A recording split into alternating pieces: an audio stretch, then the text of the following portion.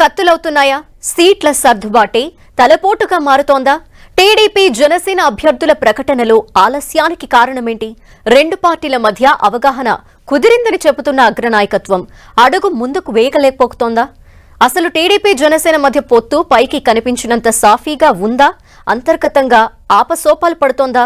రెండు పార్టీల మధ్య బీజేపీ ఏమైనా చిచ్చు పెడుతోందా?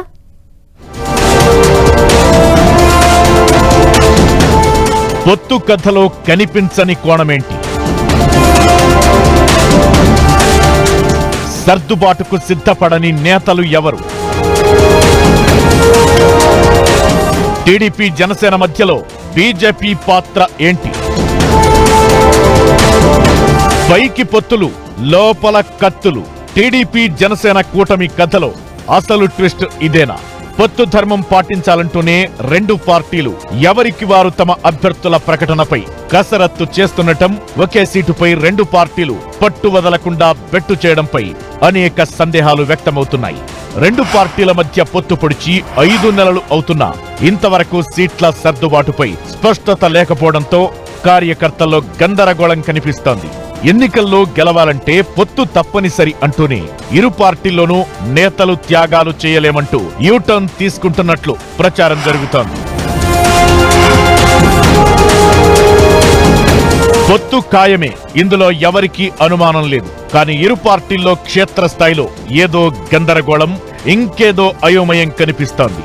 పొత్తు ధర్మం విస్మరించొద్దంటూనే ఇరు పార్టీలు ఎవరికి వారు పోటీపై ప్రకటనలు చేస్తుండటం కూడా అనుమానాలకు తావిస్తోంది.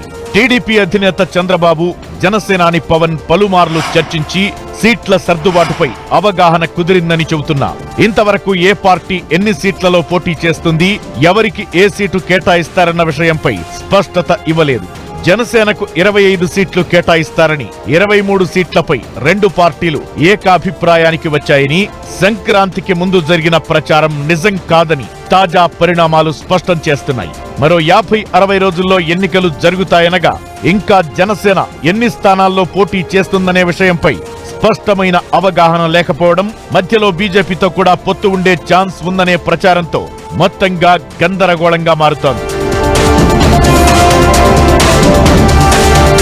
చంద్రబాబు అరెస్టు సమయంలో టీడీపీ కష్టకాలంలో ఉన్నప్పుడు ఎలాంటి షరతులు లేకుండా జనసేనాని పవన్ పొత్తు ప్రకటించారు. దీనిపై అప్పట్లో జనసేన నేతలు కొన్ని అభ్యంతరాలు వ్యక్తం చేసినా తాను నిర్ణయం తీసుకున్నానని, ఎవరికి నచ్చినా నచ్చకపోయినా పాటించాల్సిందేనని కాస్త కటువుగానే హెచ్చరించారు పవన్.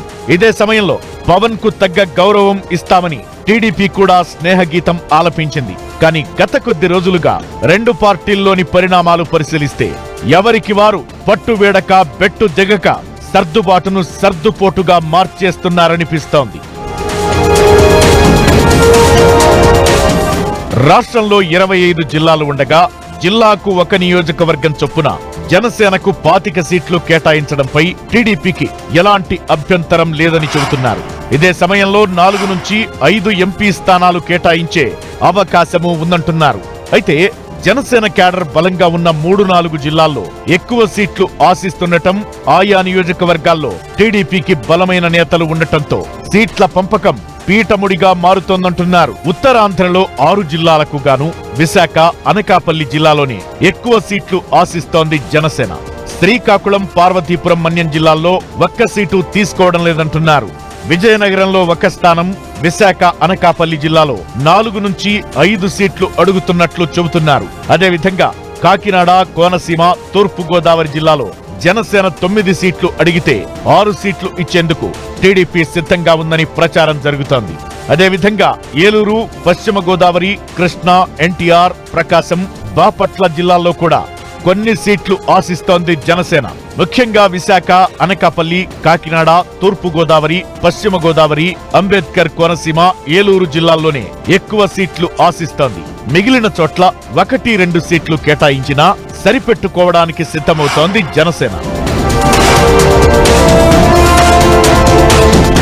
అయితే జనసేనకు 25 స్థానాలు కేటాయించే విషయంలో టీడీపీకి అభ్యంతరం లేకపోయినా తమ పార్టీ పటిష్టంగా ఉన్న స్థానాలను వదులుకోవడంపై టీడీపీలో వ్యతిరేకత కనిపిస్తోంది. టీడీపీకి బలమైన నేతలు ఉన్న రాజమండ్రి రూరల్, పిఠాపురం, మండపేట, కొత్తపేట, అమలాపురం, కాకినాడ రూరల్, భీమిలి, అనకాపల్లి, గాజువాక, పెందుర్తి, ఏలూరు, ఉంగుటూరు నియోజకవర్గాలను జనసేన కోరుతుండటంతో ఏం చేయాలో తేల్చుకోలేకపోతోంది టీడీపీ.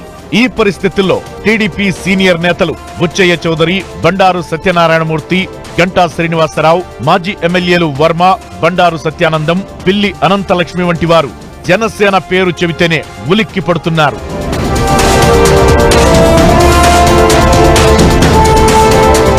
మరోవైపు రాజోలు, రాజానగరంలో పోటీ చేస్తానని జనసేన ఇప్పటికే ప్రకటించగా టీడీపీ స్వాగతించింది. ఇక పవన్ పోటీ చేసే భీమవరం పైన టీడీపీ అసలు ఎలాంటి ఆశలు పెట్టుకోలేదు. కానీ జనసేన కన్నా తమ పార్టీ బలంగా ఉన్న నియోజకవర్గాలను వదులుకోవడానికి మాత్రం పసుపు దండు సిద్ధపడటం లేదు. ఈ పరిస్థితిని చక్కదిద్దడానికి జనసేనాని పవన్ ఓ అడుగు ముందుకేసి జిల్లాల్లో నేతలతో సమావేశాలు నిర్వహిస్తున్నారు.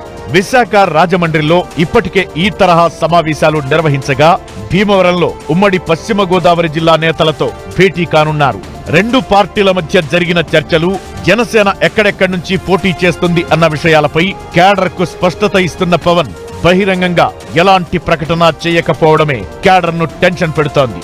సీట్లపై క్లారిటీ వచ్చాక స్పష్టమైన ప్రకటన చేస్తే ఇరు పార్టీల్లో అపోహలు తొలగి మరింత జోరుగా పని చేసుకోవచ్చు కదా. మరెందుకు ఆలస్యం చేస్తున్నారంటూ ప్రశ్నిస్తున్నారు కార్యకర్తలు. అయితే బీజేపీతో పొత్తు ఉండే పరిస్థితి వల్లే ముందుగా ప్రకటన చేయలేకపోతున్నారంటున్నారు పరిశీలకులు. ఏది ఏమైనా ఎన్నికలు తరుముకొస్తుంటే రెండు పార్టీలు ఇంకా నాంచుడు ధోరణి ప్రదర్శిస్తుండటం పొత్తుపై అనవసర అపోహలు, అపార్థాలకు తావిస్తోందంటున్నారు.